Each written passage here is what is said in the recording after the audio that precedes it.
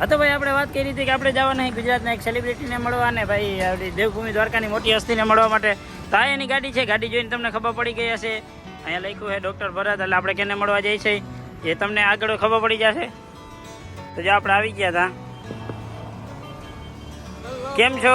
મજામાં? કે મજામાં જશો? કેમ કે તમે આપણો વ્લોગ જોતા હોય બધા મજામાં જ હોય. ઠેકડી કહેવાય કે તમારો ડાયલોગ યાદ કહેવાય?